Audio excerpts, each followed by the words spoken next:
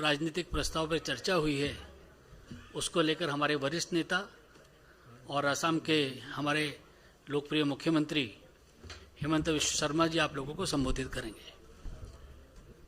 Friends, जैसे आप लोग जानते हैं कि हमारा कार्यकारिणी का आज दूसरा दिन था। On second day, on the first day, we discussed about the economic resolution, and today it was turned to discuss about the political resolution. Union Home Minister Amit Shah ji has moved that resolution before the House, which was passed unanimously. Amit Shah ji ने जब ये प्रस्ताव को सदन का पटल में रखा तो उन्होंने कोई बिंदुओं को अपना वक्तव्य में कोई सारे बिंदुओं में ध्यान आकर्षित किया, फ्लैग किया।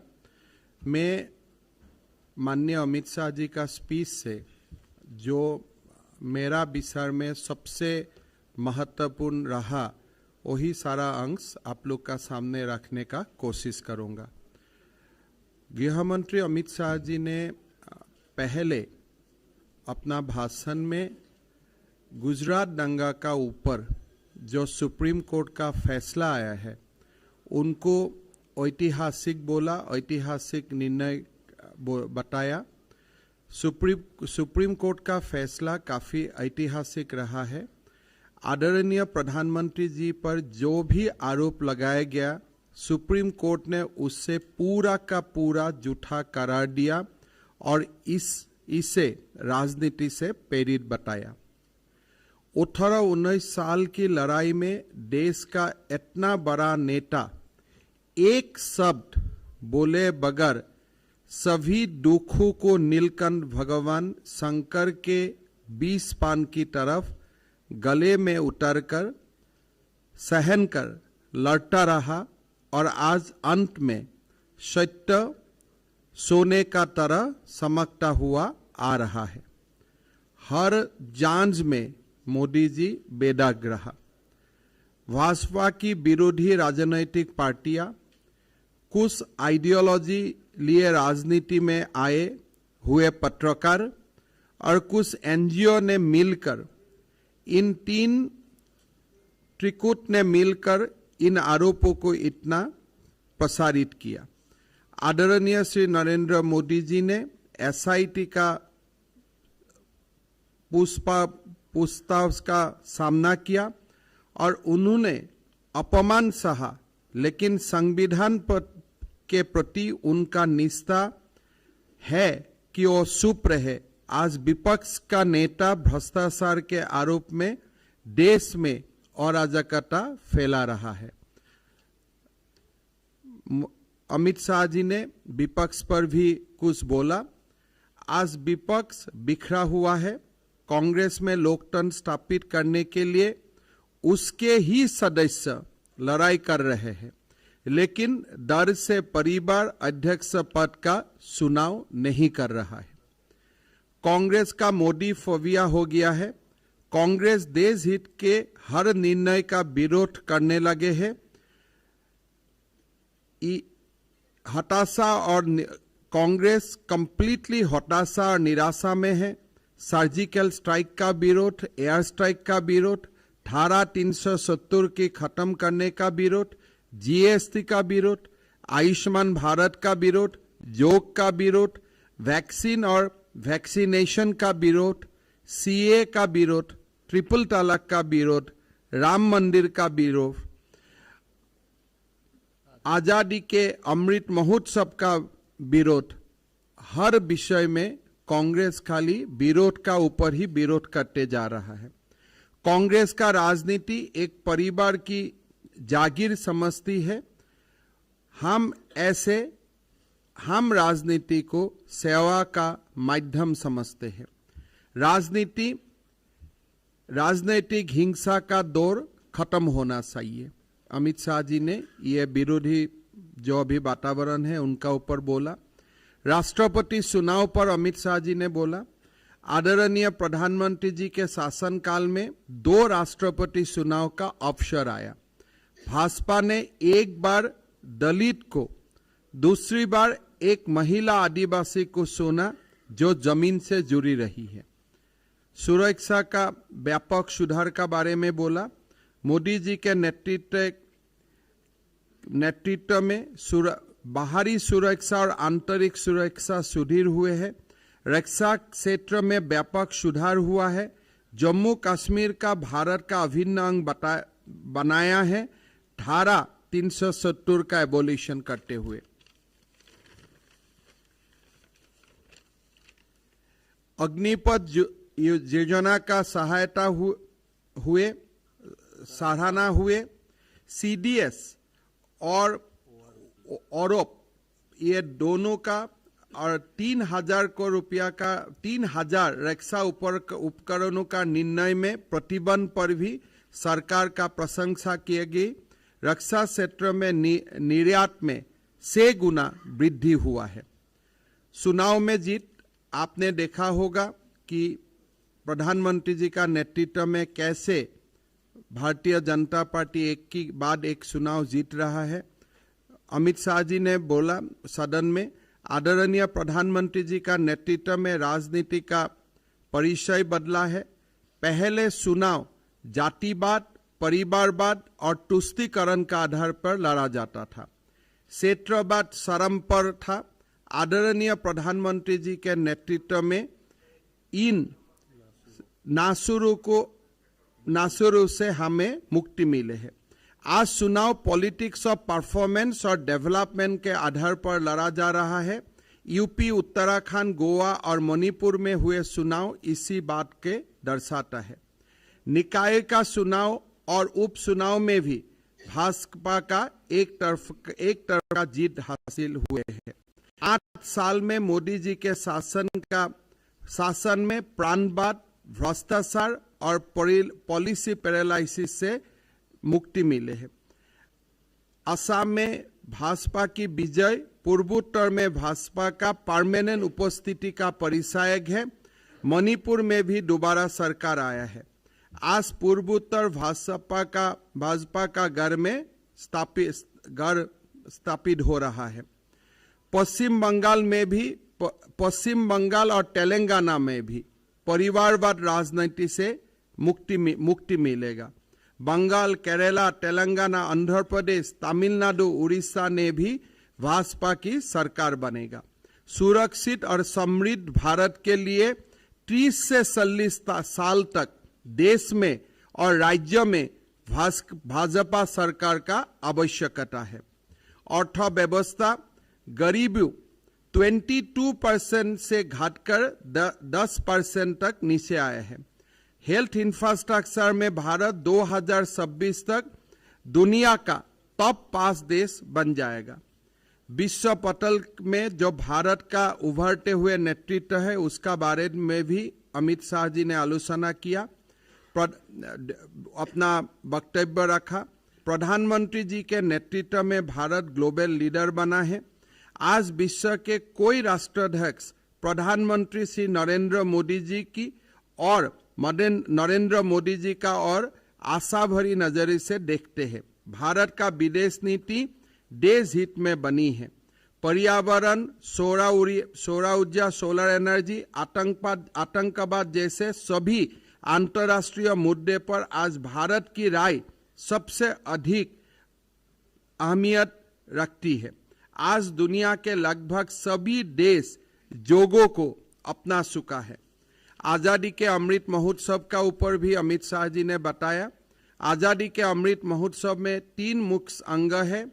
पहले सभी नाम अनाम आजादी का सिपाहियों का सम्मान होना। दूसरा, सभी सरकारों का अच्छी कार्य को जनता का समक्ष रखना। और तीसरा, आजादी का अमृत काल में हम सब संकल्प ले कि भारत फिर से विश्व गुरु के पद पर प्रतिष्ठित हो सके। विपक्ष हमारी इस पहल का भी मखौल उड़ा रहा है, लेकिन जनता उन लोगों को नकार दिया है। तो कुल मिला के गृह मंत्री अमित शाह जी ने सुप्रीम कोर्ट का historical verdict the winning spread of BJP in the elections, राष्ट्रपति चुनाव में जो हमने दलित आदिवासी महिला श्रीमती द्रौपदी मुर्मू जी को उम्मीदवार का हिसाब राष्ट्र का सामने रखे, ये सारा मुद्दा पॉलिटिकल रिजोल्यूशन में हम सब सदन का सामने रखे और चर्चा का बाद और कोई बाकी सारे सदस्य ने भी ये चर्चा में भाग लिया और चर्चा का बाद ये पॉलिटिकल रिजोल्यूशन विथ कंसेंसस ये पारित किया गया और ये पॉलिटिकल रिजोल्यूशन का सेकंड किया कर्नाटक का माननीय मुख्यमंत्री बोम्मई जी ने और मैं भी वो पॉलिटिकल रिजोल्यूशन का सेकंड किया था। रुक जाइए प्लीज प्लीज 1 मिनट। राकेश रुक जाइए। हाँ? राकेश रुक जाइए। यस, 1 मिनट रुक जाइए। पहले इंग्लिश में 5 मिनट, उसके बाद आप लोग का क्वेश्चन लेंगे इंग्लिश में। So as you know that today in the national executive, Home Minister Sri Amit Shah ji has moved the political resolution. The resolution was seconded by the Chief Minister of Karnataka, Sri Bommai ji, and myself. In beginning of his speech, Amit Shah ji has drawn the attention of recent Supreme Court verdict on the various cases or basically on the Gujarat riot case, and he has said that Supreme Court has cleared Modi ji completely and also exposed the conspiracy of various individual ideologically oriented media person and NGO who all along conspired to defame Honorable Prime Minister Sri Narendra Modi ji. He also mentioned that how throughout these years Modi ji completely maintained his silence. He drank poison the way Nilkantha drank poisons during the Amrit Manthan, but he continued to cooperate with the SIT and he did not enacted any drama when he appeared before SIT the way a certain political leader is enacting drama when he was asked to appear before a lawful authority. Amit Shah ji has also said that whenever there are welfare position or welfare scheme initiated by the government of India, opposition criticize everything. Opposition has criticized GST, opposition has criticized airstrike, opposition has criticized surgical strike, opposition has criticized Ayushman Bharat, opposition has criticized International Yoga Day, opposition has criticized the vaccine for COVID as Modi vaccines, so on and so forth. They have only criticized and opposed every policy which was initiated for the welfare of the nation. Congress today become only a party of a family. There are demands for internal democracy within the Congress, but Congress is not convening or Congress is not electing the new president of the party, continuing with the interim president, because the family fear that they may lose their position if a election, free and fair election is conducted by the Congress party. Home Minister Amit Shah ji has also said that how Narendra Modi ji has got opportunity to nominate 2 candidates for the post of president. In the first time he nominated a Dalit. Second, he is now nominating a Adivasi tribal woman for the post of the President of India. Amit Shah ji has also flagged that how during the 8 years prior to 2014, how country has suffered political paralysis, how extreme regionalism has crippled the country, how economy was devastated. Today, the Prime Minister has the courage to implement schemes for the welfare of the people. He could abolish Article 370. He could integrate Jammu Kashmir with the India, with our country, with the mainland of India. He could initiate a scheme like Agnipath. He could introduce the CDS post in our defense structure. He has the courage to implement Europe, one rank, one pension. Narendra Modi ji has basically banned import of 3,000 defense items, and also he has, under the leadership of Prime Minister today, India's defense export has gone up by 6 times. Sri Amit Shah ji has also highlighted the recent electoral success of BJP. He has clearly said that the recent electoral victory of BJP has clearly demonstrated that in our country, Jatibad, Paribarbat, and the politics of appeasement has come to an end.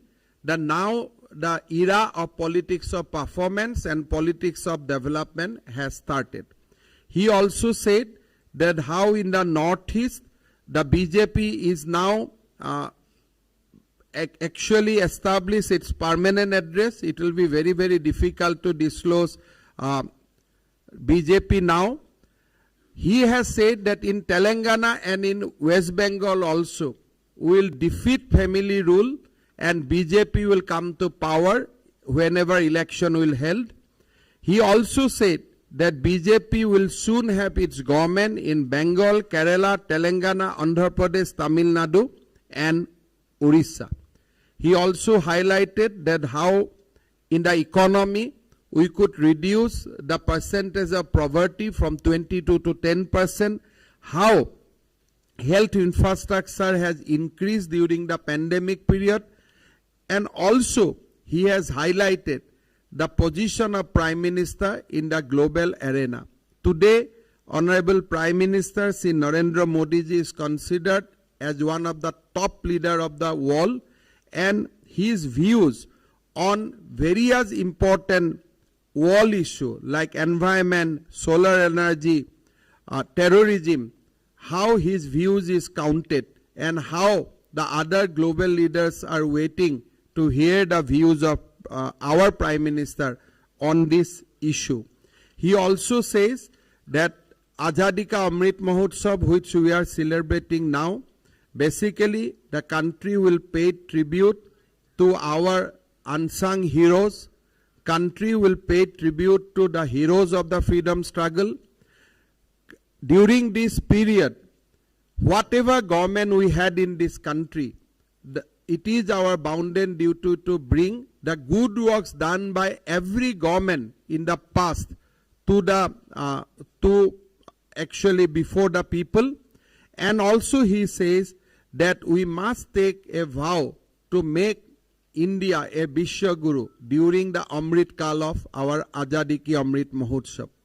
He has says that yes, today the opposition has gone to the extent of criticizing the celebration of Azadi Ka Amrit Mahotsav, but people of India has already put opposition in their place. The next 30 to 40 years, it will be era of BJP and country will become Vishwa Guru during the reign of the BJP. So these are the basic points he has mentioned during his one by one. resolution. Mr. Brajesh Pandey, please. Please, 1 minute, please. Liz Matthew from Indian Express.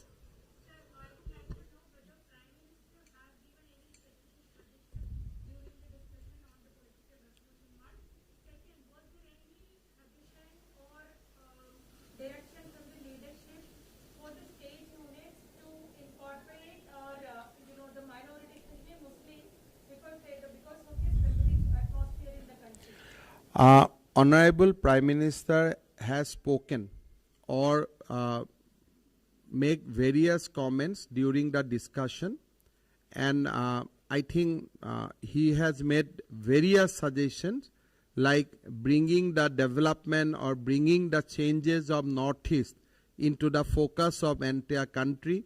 And he has also suggested the various way how BJP workers should take the message of the achievement of our country to the grassroots level. He has also highlighted that how we should highlight the simple life and the message of Srimati Draupadi Murmu in the public at large. Although we know that electoral college will only vote, but he feels that the message and the story of her struggle should be brought into the limelight. Party should go into the grassroots and highlight about the life of Draupadi Murmu. So he has intervened basically in various stages and advised a lot during the discussion. He has contributed in the discussion. बालू Deccan Chronicle I mean, as you know, that whenever Prime Minister spoke or we discuss in the forum, we always discuss Sabke Saath, Sabka Vikas. So this is the mantra, and obviously this includes all sections of the people.